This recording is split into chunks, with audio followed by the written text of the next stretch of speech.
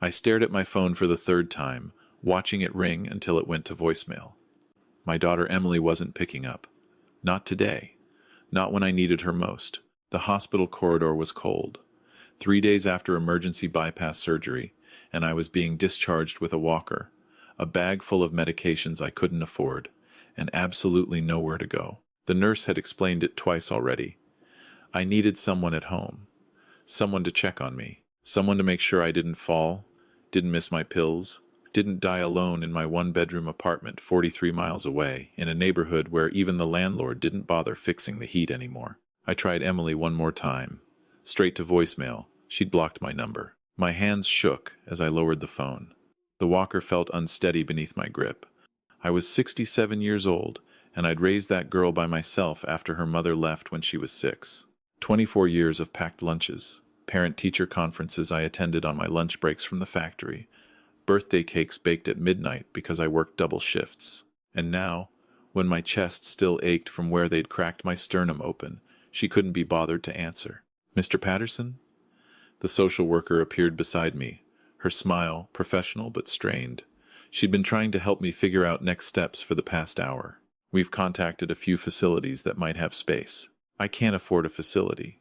My voice came out harsher than I intended. "I've got maybe $800 in the bank and a pension that barely covers rent. There are programs. I'll manage." I straightened up, ignoring the way my chest pulled. "I'll take a cab home. I'll be fine." The look she gave me said she didn't believe that any more than I did. But what choice did I have? Beg? I'd spent my whole life working, providing, standing on my own 2 feet. I wasn't about to start asking for handouts now. I was halfway to the elevator when I heard footsteps behind me. "Robert Patterson?" I turned. The voice belonged to a man in surgical scrubs, maybe 45, with graying temples and the kind of expensive watch that suggested he'd done well for himself. He was looking at me like he'd seen a ghost.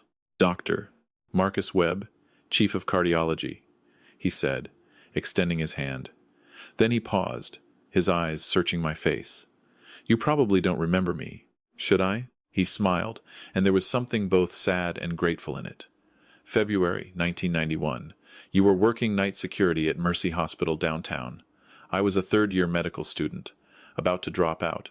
I tried to place him, but those years had blurred together endless nights, walking hospital corridors, checking doors, making sure the doctors and nurses could do their work safely while I barely made minimum wage.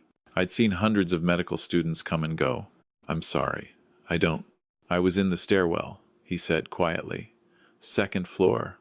It was 2 in the morning, and I was crying because I'd just failed my surgery rotation for the second time. My student loans were over $100,000. My wife had left me the month before, and I was eating ramen 3 meals a day because I couldn't afford anything else." He paused. "You found me there." A flicker of memory. A young man, skinny as a rail, his face buried in his hands. I'd been doing my rounds, checking that all the stairwell doors were locked. "You sat down beside me," Dr. Webb continued. "Didn't say much, just asked if I was okay, if I needed anything. I told you I was fine, just stressed.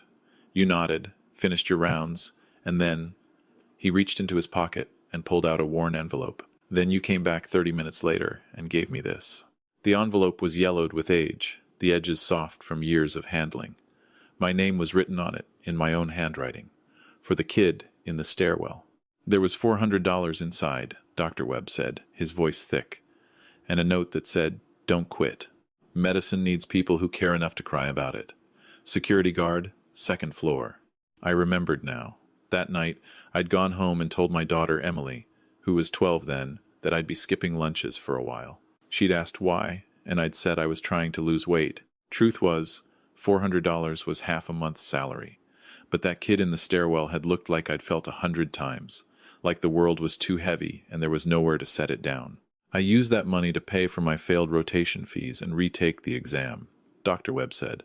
I passed, got through my residency, built a career. He gestured around at the hospital. "This is my hospital now. I'm the Chief of Cardiology. I make more in a month than you probably made in a year back then. And I've carried that envelope with me every single day for 34 years to remind myself that someone believed in me when I didn't believe in myself." My throat was tight. I didn't know what to say.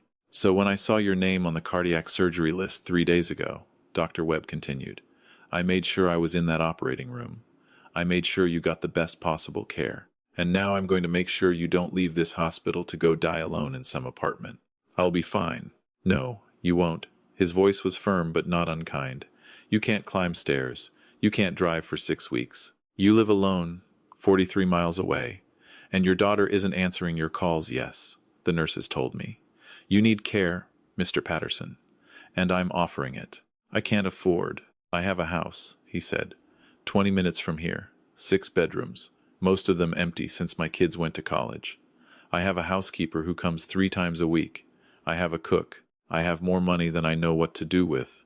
And the only reason I have any of it is because you gave me $400 when you didn't have $400 to give. I shook my head. That's not necessary. It's not about necessity. It's about paying forward what you started. He put a hand on my shoulder, gentle around the surgical sites. Please, let me do this. You saved my career. You saved my life. Let me return the favor. Pride is a strange thing. It keeps your back straight when the world tries to bend you. But sometimes, it also keeps you from seeing the hands reaching out to catch you when you fall. I thought about my apartment, the broken heater, the narrow stairs I'd have to climb, the empty rooms where no one would hear me if I called for help. Then I thought about Emily, who'd stopped answering my calls 6 months ago, right around the time she'd married that real estate developer, Greg, who'd made it clear at the wedding that he thought I was an embarrassment in my discount suit. Just until I can manage on my own, I said finally. The relief on Dr. Webb's face was so profound it almost made me laugh. As long as you need, he said. That's how I ended up in a mansion in Oak Ridge, one of those neighborhoods where the houses have names instead of just addresses. Dr. Webb's place was called Riverside, though I never saw any river. What I did see was marble floors, a chandelier in the entryway that probably cost more than I'd made in my entire life, and a guest suite bigger than my whole apartment. The housekeeper, Mrs. Kowalski, was a Polish woman in her 60s who took one look at my stitches and my walker and immediately started fussing over me like I was her own son. The cook, Antoine, was a young guy from Montreal who seemed personally offended that I'd been living on frozen dinners and made it his mission to rebuild my strength with elaborate meals I couldn't pronounce. Dr. Webb worked long hours at the hospital, but when he was home, we'd sit in his study and talk. He wanted to know everything about my life, about Emily, about my years working security, about why I'd given him that money. You didn't know me, he said one evening, pouring us both a whiskey I definitely wasn't supposed to have with my medications. Why'd you do it? I thought about it. My daughter was 12. Every night, I'd come home from the hospital, and she'd ask me about my day. I'd tell her about the doctors and nurses saving lives, about the patients getting better. She'd get this look in her eyes like the world was full of magic. I swirled the whiskey. That night, after I saw you in the stairwell, I thought about what it would mean if you quit. How many patients would never have you as their doctor? How many lives you wouldn't save? It seemed like $400 was a small price to pay for that possibility. You were living paycheck to paycheck. Doesn't matter. We all make choices about what kind of world we want to live in. I wanted to live in one where that kid in the stairwell became a doctor. He was quiet for a long moment. Your daughter, he said carefully. Have you heard from her? I shook my head. Not since before the surgery. She's busy with her new life. New husband, new house in West Vancouver. I don't fit into that picture anymore. She doesn't know you're here? I didn't tell her. I set down the whiskey. She made her choice. I'm not going to guilt her into changing it. But Dr. Webb had other ideas. I found out 3 weeks later when Emily showed up at the front door. Mrs. Kowalski let her in, and I was in the sunroom doing the exercises the physical therapist had prescribed when I heard her voice. Where is he? She appeared in the doorway, and I barely recognized her. The Emily I remembered wore jeans and her hair in a ponytail. This woman wore designer clothes and had the kind of haircut that costs more than groceries. Behind her was Greg, looking like he'd rather be literally anywhere else. Dad. She crossed the room quickly, then stopped, like she didn't know whether to hug me or keep her distance. Dr. Webb called me. He said you were here. He said you had heart surgery 3 weeks ago, and I didn't even know. You blocked my number. She flinched. I didn't, Greg said. She glanced back at her husband. who was examining the sunroom like he was appraising it for sale. "We've been busy with the new house, and it's fine, Emily." I turned back to my exercises, lifting my arms slowly the way the therapist had shown me. "You don't need to explain." "I'm sorry." Her voice cracked. "I'm so sorry, Dad. I should have been there. When Dr. Webb called and told me what happened, that you were discharged with nowhere to go, that you were going to take a cab 43 miles home alone." She was crying now. "What kind of daughter does that make me? The kind who has her own life to live." I kept my voice even.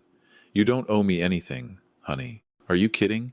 She knelt beside my chair, makeup running down her face. "You raised me by yourself. You worked double shifts so I could go to college. You never missed a single one of my basketball games, even when you were dead on your feet. And when you needed me most, she couldn't finish." Greg cleared his throat.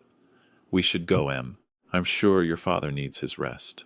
But Emily didn't move. "Dr. Webb told me something else," she said, looking up at me. "He told me about 1,991, about what you did for him when he was a medical student. He showed me the envelope. That was a long time ago. $400, Dad. We were barely making rent, and you gave away $400 to a stranger." "He wasn't a stranger. He was a kid who needed help, and I'm your daughter, who's been acting like a spoiled brat." She stood up, wiping her eyes. "Dr. Webb made me realize something. He's not even related to you, and he opened his home because you helped him once, decades ago. And I'm your actual daughter. And I let you go through heart surgery alone because I was." She looked at Greg. "Because I was ashamed." Emily. Greg started. "No." She turned to him. "Dad wore a discount suit to our wedding, and you made fun of him the whole reception. You said he was low class. You said we needed to distance ourselves from that life if we wanted to move up. And I listened to you. I blocked his calls because you said he was too needy. I didn't visit because you said we needed to focus on our future." Her voice was rising. "Well, our future doesn't include treating the man who sacrificed everything for me like he's an inconvenience." "You're being dramatic," Greg said, but there was an edge of panic in his voice. "Am I?" Emily pulled off her wedding ring.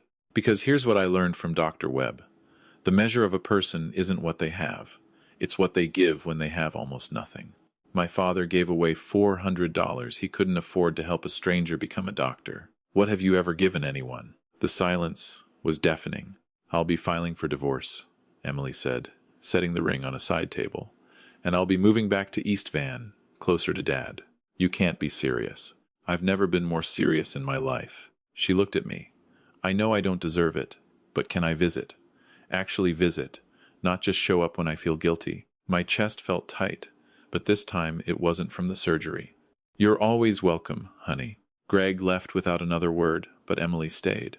She stayed for dinner, where Antoine served something with too many forks, and she laughed like she used to before West Vancouver and designer clothes. She stayed while Dr. Webb came home from the hospital and told embarrassing stories about his early years as a doctor. She stayed until visiting hours were technically over, and Mrs. Kowalski had to gently suggest that perhaps Mr. Patterson needed his rest. At the door, Emily hugged me carefully, mindful of my stitches. "I love you, Dad.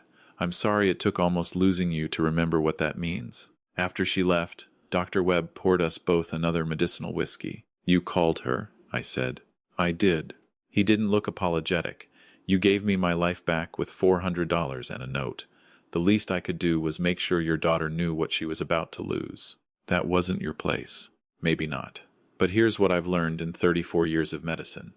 Sometimes the people who need saving the most are too proud to ask for help, and sometimes the people who love them need a wake-up call before it's too late." He raised his glass.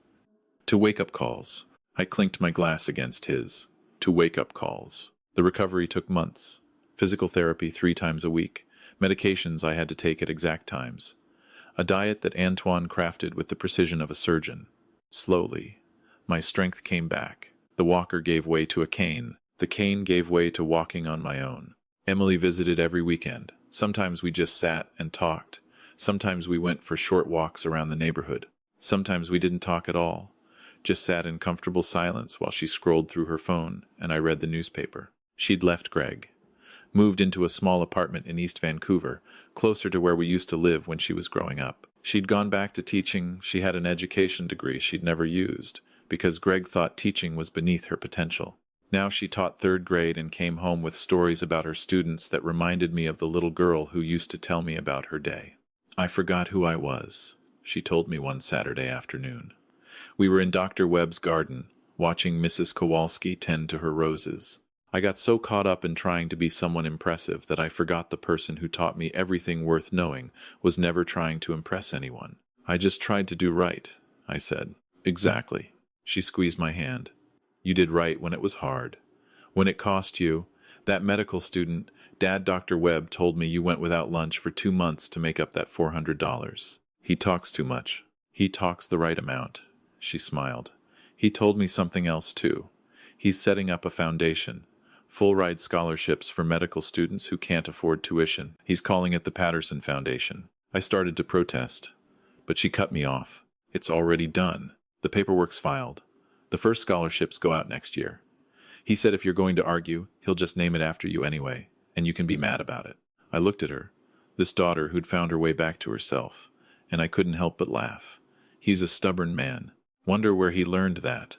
6 months after my surgery, Dr. Webb sat me down in his study. "You're recovered," he said. "Cardiologist gave you full clearance yesterday.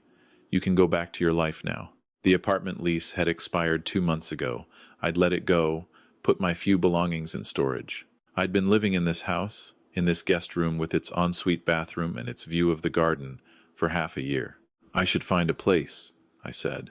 "Or," Dr. Webb said carefully, "you could stay. I can't keep imposing. Robert, listen to me." He leaned forward. "I have 6 bedrooms. My kids visit maybe twice a year. Mrs. Kowalski keeps asking me why I need her to clean rooms nobody uses. This house has been empty since my wife died 3 years ago, and you know what I've realized these past 6 months? It's not empty anymore. It's a home again. You don't need a roommate. I don't need a roommate. I need a friend." He pulled out that envelope again, still worn, still carried. "You gave me this when I was at my lowest. You gave me hope when I had nothing. And for 34 years, I've been successful. I've been respected. I've been financially secure, but I've been lonely. These past months, having you here, talking over dinner, arguing about hockey, having Emily visit on weekends, this is what I've been missing. Not money, not status, family. I'm not your family." "Yes, you are." His voice was firm. "Family isn't just blood. Family is choosing to show up. It's giving $400 you don't have because you believe in someone's potential. It's opening your home because someone once opened their heart. It's Emily showing up every Saturday because she remembered what love actually looks like." He stood up, walked to his desk, and pulled out a folder. "I'm 73 years old," Dr. Webb said. "I'm retiring next year. I have more money than I could spend in 3 lifetimes, and no one to leave it to except kids who are already successful on their own. So I'm leaving the Patterson Foundation half my estate, and I'm leaving you the other half." "Absolutely not. It's already done. Trust is established. Lawyers have the paperwork. You can be mad about it if you want, but you can't change it." He smiled. "Consider it a very delayed return on investment for that $400. That money wasn't an investment. I know. That's exactly why you're the right person to have this." He placed the folder in my hands. "Use it however you want. Give it away. Donate it. Set up more scholarships. I don't care. But know this. You changed my life with $400 and a note that said medicine needs people who care. You were right. It does. And so does the world." I opened the folder. The numbers didn't make sense at first, too many zeros. Then I realized what I was looking at. $12 million. This is insane. This is gratitude. Dr. Webb sat back down. "And it's also selfish. Because if you accept this, you can't go back to living in some apartment where the heat doesn't work. You'll have to stay here. Let Mrs. Kowalski fuss over you. Let Antoine cook you elaborate meals, and put up with me watching hockey games and yelling at the TV. It's a terrible burden, I know." I looked at him, this man who'd been a broken medical student in a stairwell 34 years ago, who'd carried an envelope with my handwriting on it for 3 decades, who'd saved my life with the same hands I'd helped give him the chance to train. "I don't need $12 million, I said. "Good. Then you'll use it for something better than yourself, just like you always have. Emily was there when I signed the trust documents. she cried, which made me cry, which made Dr. Webb pretend he had something in his eye. The lawyers looked uncomfortable with all the emotion, but they got through the paperwork anyway. Afterward, in the garden, Emily asked me what I was going to do with the money. Half goes to the Patterson Foundation, I said, for medical students who need help. The other half, I thought about all those years working security, watching doctors and nurses save lives while I just checked doors and made sure the hallways were safe. There's a lot of people working jobs like I had. Security guards, janitors, cafeteria workers. They're invisible to most people, but hospitals can't run without them. I want to set up an emergency fund for when they can't make rent, when their kids need school supplies, when life gets heavy and they need somewhere to set it down. She hugged me, careful even though I didn't need careful anymore. You're the best person I know. I just learned a long time ago that we're all in this together. We either help each other up or we all stay down. Dr. Webb retired the following spring. The hospital threw him a party, and I was there in a suit that actually fit properly, watching as they named the cardiology wing after him. In his speech, he held up that envelope. 34 years ago, he told the assembled crowd of doctors and nurses and medical students, I was ready to quit. I thought I wasn't good enough, wasn't smart enough, wasn't meant to be a doctor. Then a security guard named Robert Patterson sat down beside me in a stairwell and reminded me that medicine needs people who care enough to cry about it. He gave me $400 he couldn't afford and a note that changed my life. Everything I've accomplished since then, every surgery, every patient saved, every student mentored, exists because one person chose kindness over practicality. He looked directly at me in the audience. Robert taught me that the most important thing we can give isn't money or expertise or status. It's belief. Belief in someone's potential when they can't see it themselves. Belief in their worth when the world tells them they're not enough. That's what medicine is supposed to be about. That's what life is supposed to be about. And that's what I hope every person in this room takes forward. The standing ovation lasted 5 minutes. Emily moved in with us the following year, not because she needed to her teaching job paid well enough for her own place, but because, as she put it, why would I live alone when I could live with the two best men I know? Mrs. Kowalski was delighted to have another person to fuss over. Antoine started teaching Emily how to cook, which resulted in some catastrophic early attempts and a kitchen fire we agreed never to speak of again. Dr. Webb and I taught her how to play chess, and she beat us both within 3 months. We became a family. Not the traditional kind, not the kind anyone would expect, but the real kind, the kind built on choice and care and showing up. The Patterson Foundation gave out its first scholarships 2 years after my surgery. 20 medical students, each getting full tuition, books, and a living stipend. At the ceremony, I told them what I'd told Dr. Webb in that stairwell. Don't quit. The world needs people who care enough to cry about it. One of them, a young woman from a reserve in northern Ontario, came up to me afterward. Why are you doing this? She asked. You don't even know us. I know what it's like to be struggling and have someone believe in you anyway, I said. And I know that 20 medical students means hundreds, maybe thousands of patients who will get the care they need. That seems like a good investment to me. She cried. They all cried. So did I. The emergency fund for hospital workers started the same year. We kept it quiet, no applications, no bureaucracy. Just let the hospital managers know. If someone's struggling, there's help available. No questions asked, no judgment. Just a hand up when life gets heavy. A janitor used it to replace a broken furnace. A cafeteria worker got help with her daughter's chemotherapy copays. A security guard working the same overnight shift I used to work got assistance when his car broke down and he couldn't afford the repairs to get to work. Dr. Webb and I would read the reports together in his study. Over whiskey we were both too old to be drinking. You're giving it all away, he noted one evening. That's the point. I looked at the numbers. Money sitting in a bank account doesn't help anyone. Money buying someone a furnace or paying for chemotherapy or fixing a car so someone can get to work that changes lives. Just like $400 changed mine. Exactly like that. We sat in comfortable silence. Two old men who'd found friendship in the strangest way possible. I'm glad you failed that surgery rotation, I said finally. He laughed. So am I. Emily got engaged last month. Not to some real estate developer who cared about status. To another teacher, a guy named David who came to our house for dinner and spent the whole evening talking to Mrs. Kowalski about her garden and asking Antoine for cooking tips. When he asked for my blessing, he said, "I've spent the last year learning what it means to be part of Emily's family. You three have taught me that family isn't about being impressive. It's about being present. I want to be present for Emily the way you've been present for each other."